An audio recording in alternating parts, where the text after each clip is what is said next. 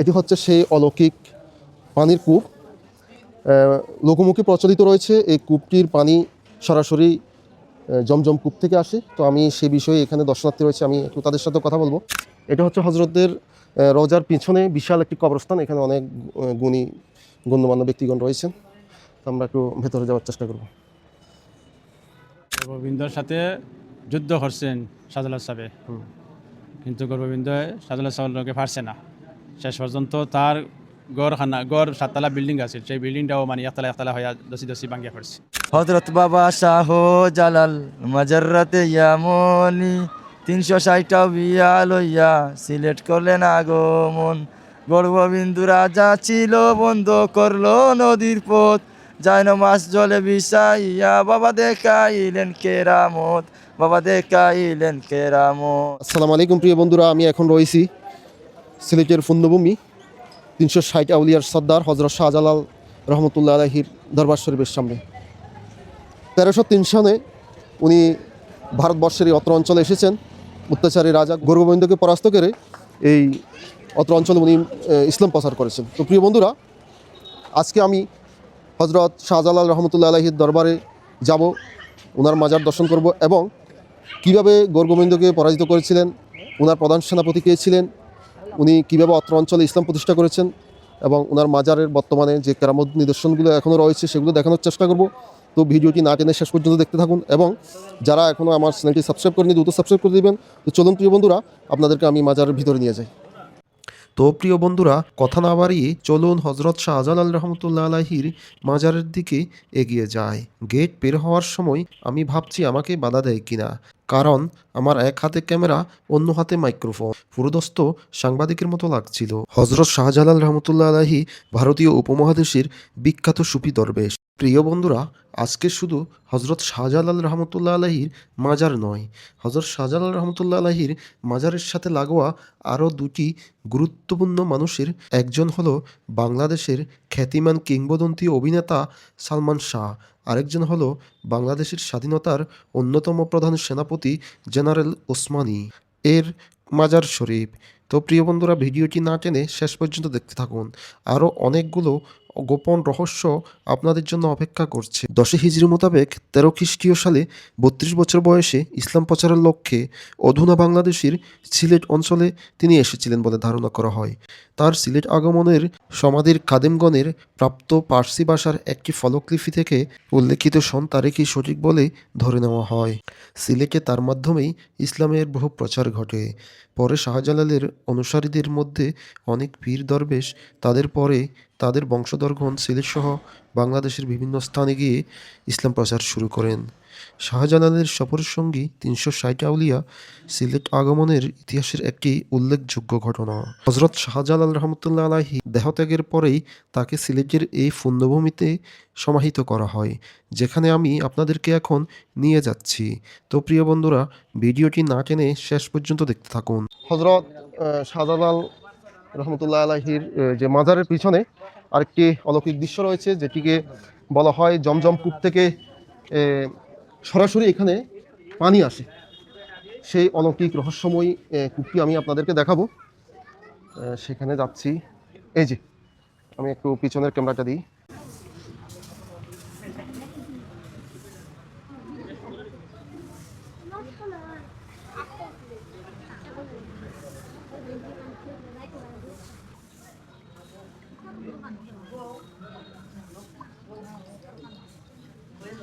এটি হচ্ছে সেই অলৌকিক পানির কূপ। লোকমুখে প্রচলিত রয়েছে এই কূপটির পানি সরাসরি জমজম কূপ থেকে আসে। তো আমি সে বিষয়ে এখানে দর্শনার্থী রয়েছে, আমি একটু তাদের সাথে কথা বলবো। ভাই কেমন আছেন? জি আলহামদুলিল্লাহ ভালো। আচ্ছা, আপনি কোথা থেকে এসেছেন? আমার বাসা শিবগঞ্জ। শিবগঞ্জ। জি। আচ্ছা, এটি সম্পর্কে আমরা যেটি শুনেছি এই কূপ সম্পর্কে, এই কূপের পানি সরাসরি জমজম থেকে আসে, এটি কি আপনি বিশ্বাস করেন? বিশ্বাস করি, শুনেছি তো আমিও, তবু কারোর কাছ থেকে শুনি না যে সত্যি এটা জমজম থেকে, তবে অনেক লোকের কাছ থেকে শুনছি যে জমজম কূপ থেকে আসে। আচ্ছা, আর এই কূপের পানি মানত করে খেলে অনেকের রোগ ভালো হয়ে যায়, এটি কি আপনি কতটুকু জানেন? এটা তো আমার মতে এটা আপনার নিয়ত অনুযায়ী। এগুলো হচ্ছে বাবা শাহজালাল রহমতুল্লাহ আলাহির মাজারের গজার মাছ। আমি একটু ঝুম দিয়ে দেখানোর চেষ্টা করি। অনেক মানুষ সেগুলোকে দেখছে, দর্শনার্থীরা। এই যে অনেকে খাবার দিচ্ছে, অনেকে আবার এই অজু করছে এখানে। ভাই কেমন আছেন? জি ভাই, আলহামদুলিল্লাহ ভালো। কোত্থেকে এসছেন? আসছি ভাই শ্রীমঙ্গল থেকে, চায়ের রাজ্য। শ্রীমঙ্গল থেকে। আজকে কি প্রথম না এর আগে এসেছেন? না, আইসি বলতে আমি নতুন আইছি, মানে একটা রুগী লিয়ে আইছিলাম হাসপাতালে, তাই ওই এখানে দেখে যাই। আচ্ছা আচ্ছা, আপনার এখানে এসে কেমন লাগছে? না ভাই, আলহামদুলিল্লাহ অনেক সুন্দর জায়গা, অনেক ভালো লাগছে। অনেক ভালো লাগছে। জি। আচ্ছা, ভালো আছেন? জি ভালো আছি। কোথা থেকে আসছেন? আমি কক্সবাজার থেকে আসছি। কক্সবাজার থেকে? জি জি এসেছি। বেশ বেশ। তো কি শুধু মাজারে এসেছেন নাকি অন্য কোনো কাজে না এসেছেন? এখানে থাকি, জাফলংয়ে থাকি। আপনি জাফলংয়ে থাকেন? জি জি এই যে মাজারে এসে কেমন লাগছে? খুব ভালো লাগছে।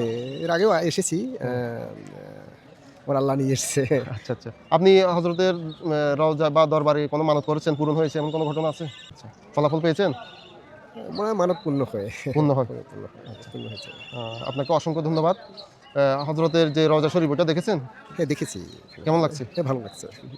প্রিয় বন্ধুরা, আমি এখন আছি হজরত বাবা শাহজালাল রহমতুল্লাহ আলাহির দরবারে। আমি এর আগে প্রথমে এসেছিলাম, অনুমতি নিয়ে, এখন অনুমতি নিয়ে যাচ্ছি, যেহেতু এটা একজন আল্লাহর ওলির দরগা। তো আমি একটু আপনাদেরকে ভিতরে প্রবেশ করে দেখানোর চেষ্টা করছি। আসুন।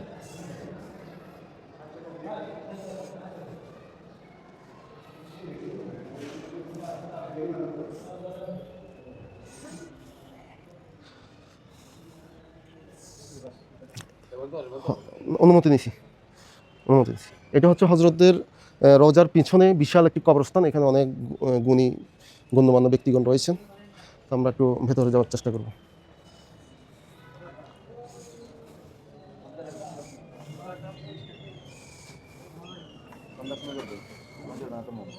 এটা হচ্ছে হ্যাঁ হজরতের রওজা, একটু দেখাই।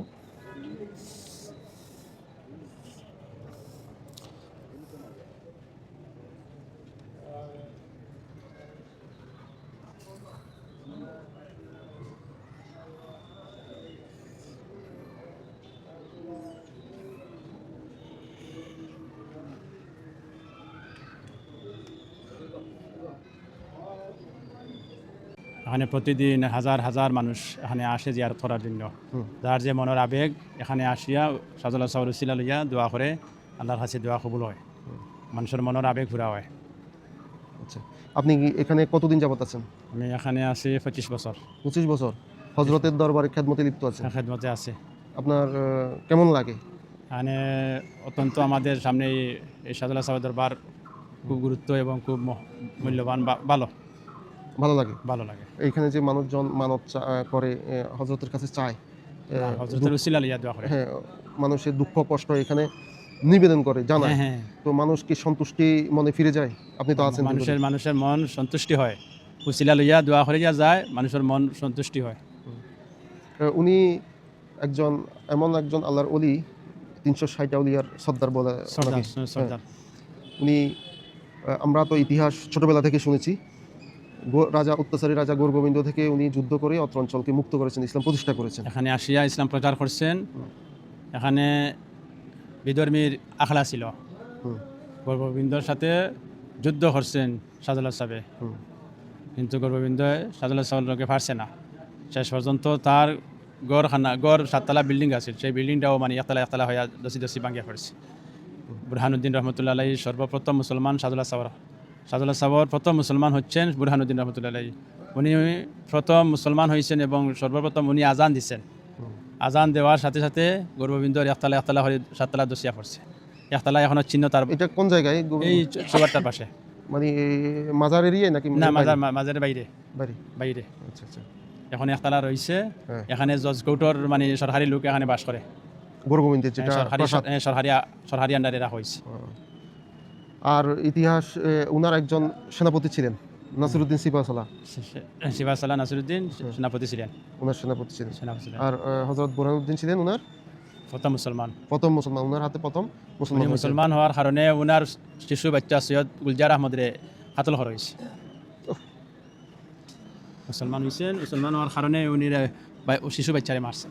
কি দুঃখজনক ঘটনা প্রিয় বন্ধুরা, আমার গায়ের লোম দাঁড়িয়ে গেছে। হযরত শাহজালাল রহমতুল্লাহ আলাইহি শিশু বাচ্চার মাজার বাবার কাছে, বাবার পাশে বুরহানুদ্দিন রহমতুল্লাহ আলাইহির পাশে উনার শিশু বাচ্চার খবর দেওয়া হয়েছে। হজরতের বুরহানুদ্দিন রহমতুল্লাহ আলাহি মুসলমান হওয়ার কারণে ওনার নিষ্পাপ শিশুকে খুবই নিকৃষ্টভাবে জঘন্যভাবে হত্যা করেছিল অত্যাচারী রাজা গুরগোবিন্দ। আমরা সেই ঘটনাটি জানলাম এই ভাই থেকে। উনি দীর্ঘ 25 বছর হজরত শাহজালাল রহমতুল্লাহ আলাহির দরবারে খেদমত করছেন। তো এই দরবারে সপ্তাহ কি বেশি আমরা আরো ঢাকা চট্টগ্রাম থেকে প্রতিদিন লোক আসে, প্রতিদিন আমি পাইছি, এমন কোনো দিন মিস যায় নাই যে চট্টগ্রামের লোক আসে না। প্রতিদিন চট্টগ্রামের লোক আসে, ঢাকার লোক আসে, ওরা মানে সারা বাংলাদেশের লোক আসে। কোথা থেকে এসেছেন আপনি? আমি সিলেট এগ্রিকালচার ইউনিভার্সিটি থেকে এসেছি। সিলেট থেকে। জি। এই হজরত বাবা শাহজালাল রহমতুল্লাহ আলাহির দরবারে কি সবসময় আসেন না আজকে এসেছেন? না, প্রায় সময় আসি, সবসময় আসা পড়ে না। আমার ওই বন্ধুরা আসছে আমার সাথে, ওকে দিয়ে গেছে। আচ্ছা, কেমন লাগে আল্লাহর ওলির দরবারে এসে? আল্লাহর ওলির দরবারে আসলে মনটা অনেক শান্তি লাগে, ভালো লাগে। ভালো লাগে। আচ্ছা, উনি তো হজরত শাহজালাল রহমতুল্লাহ আলাহি, উনি 360 আউলিয়ার সর্দার। হ্যাঁ, বাংলাদেশে যাকে বলা হয় ইসলাম প্রচারের যে ইসলাম অগ্রণী ভূমিকা, ওনার হাত ধরে। ওনার হাত ধরে, জি। বলেন। হজরত শাহজালাল মুজাররদি ইয়ামানি রহমতুল্লাহ আলাইহি সিলেটের মাটি এসেছেন, মদিনার মাটির সাথে মিল রয়েছে। কারণ যখন ইন্ডিয়াতে এসেছিলেন তখন ইন্ডিয়ার রাজ্য, তখন শাহজালাল গৌরগোবিন্দ রাজ্য জ্ঞান ছিল, হিন্দু রাজ্য। বুরহানুদ্দিন সাবর ছেলেরে আকিকা করার জন্য গরু জবাই করেছিল। সেই গরু জবাই করার কারণে কাকে এক টুকরা নিয়ে হিন্দুর গরু রাজ্যের মন্দিরে ফেলেছিল বলে গরু রাজ্য বুরহানুদ্দিনের ছেলে হত্যা করেছে, আর গাজী বুরহানুদ্দিনের হাত কেটে ফেলেছে। তাই শাহজালাল রহমতুল্লাহ আলাইহি সেই বেদনা নিয়ে এসেছেন সিলেটের মাটি। সিরিয়ট নাম ছিল, সেখান থেকে সিরিয়ট নাম উৎপাদিত হয়েছে। ধন্যবাদ। ধন্যবাদ। উনি অত্যন্ত সুন্দর ভাবে বলেছেন। আমি ওনাকে ধন্যবাদ জানাই। আমি একটু বুঝাই বলি উনি কি বলেছেন। উনি বলেছেন হজরত বুরহানুদ্দিন রহমতুল্লাহ আলাহির একটা ছেলে ছিল, ওনার নাম কি? গুলজার আলম। গুলজার আলম যখন খতনা করেছিল, ওই গরু জবাই দিয়েছিল হজরত বুরহানুদ্দিন রহমতুল্লাহ আলাহি। ও গরুর এক টুকরা মাংস কাকে গোরগোবিন্দের যে প্রাসাদের সামনে ফেলেছিল। ওটা নিয়ে গোরগোবিন্দ হজরত হয়েছে। হ্যাঁ, খুব রাগান্বিত এবং ক্রোধান্বিত হয়ে ওই হজরত, আমার রাজ্য অত বড় কাজ কে করতে পারে? করলো? আমি একজন গৌরবিন্দ রাজা, আমি গৌরবিন্দ, আর মুসলমান কেন করলো? তো এই সূত্র ধরে এই হিংসাত্মক মনোভাব নিয়ে ওই গুলজার আহমেদকে গোরগোবিন্দ নৃশংসভাবে হত্যা করেছে, জবাই করে। এই ঘটনাটি উনি বলেছেন। এটি যখন হজরত শাহজালাল রহমতুল্লাহ আলাহি জানতে পারেন, উনি যুদ্ধ ঘোষণা করেন গোরগোবিন্দের। এই গোরগোবিন্দের বিরুদ্ধে, গোরগোবিন্দের সাথে যুদ্ধ করে এই সাম্রাজ্য উনি উদ্ধার করেন। এর পাশে গোরগোবিন্দের সেই ধ্বংসাবশেষ প্রাসাদ রয়েছে, যেটি হজরত শাহজালাল ইয়ামিনী রহমতুল্লাহ আলাহি ধ্বংস করেছেন। আমি এখন যেখানে দাঁড়িয়ে আছি, এখানে দুজন বিখ্যাত ব্যক্তির সমাধি রয়েছে। আমার পাশে দেখতে পাচ্ছেন সালমান শাহ, শাহরিয়ার ইমন সালমান শাহর সমাধি। আর আমার এই পাশে রয়েছে আরেকটি বাংলাদেশের একজন গুরুত্বপূর্ণ ব্যক্তি, আমি আপনাকে দেখাচ্ছি। এই সমাধিটা হচ্ছে জেনারেল মোহাম্মদ আতাউল গনি ওসমানী, সিলেটের একজন কৃতি সন্তান। এগুলো মুক্তিযুদ্ধের পদাতিক কমান্ডার উনি। এখানে অনেক গুরুত্বপূর্ণ ব্যক্তির সমাধি রয়েছে এই কবরস্থানে। এই কবরস্থানটি হচ্ছে হজরত বাবা শাহজালাল রহমতুল্লাহ আলাহির রওজার ঠিক পিছনে। এই যে এটি হলো সিএম শাহরিয়ার ইমন সালমান শাহর সমাধি। জন্ম 19 সেপ্টেম্বর 1971, মৃত্যু 6 সেপ্টেম্বর 1996। প্রিয় বন্ধুরা, আপনাদেরকে হজরত শাহজালাল রহমতুল্লাহ আলাহির দরবার, ওনার মাজার, ওনার যে অলৌকিক একটি কূপ রয়েছে, সেই অলৌকিক কূপ, যে কূপে সরাসরি জমজম কূপ থেকে পানি আসে, সেটি আমি দেখিয়েছি। এবং হজরত শাহজালাল রহমতুল্লাহ আলাহির দরবার মাজার সংলগ্ন আরও দুজন বিখ্যাত মানুষ রয়েছেন, একজন সালমান শাহ, একজন জেনারেল ওসমানী। ওনাদের সমাধিও আমি দেখিয়েছি। এখানে দর্শনার্থী যারা আছে তাদের বক্তব্য নিয়েছি। তো ভিডিওটি কেমন লেগেছে সেটি অবশ্যই আপনারা কমেন্টে জানাবেন। আর যারা এখনও চ্যানেলটি সাবস্ক্রাইব করেননি, দ্রুত সাবস্ক্রাইব করে দিবেন নিত্য নতুন ভিডিও পেতে। আমাদের সাথে থাকুন। তো প্রিয় বন্ধুরা, দেখা হবে নতুন কোনো আল্লাহর ওলির দরবারে, নতুন কোনো মাজারে। ততক্ষণ পর্যন্ত সবাই ভালো থাকবেন, সুস্থ থাকবেন। সবাইকে আসসালামু আলাইকুম।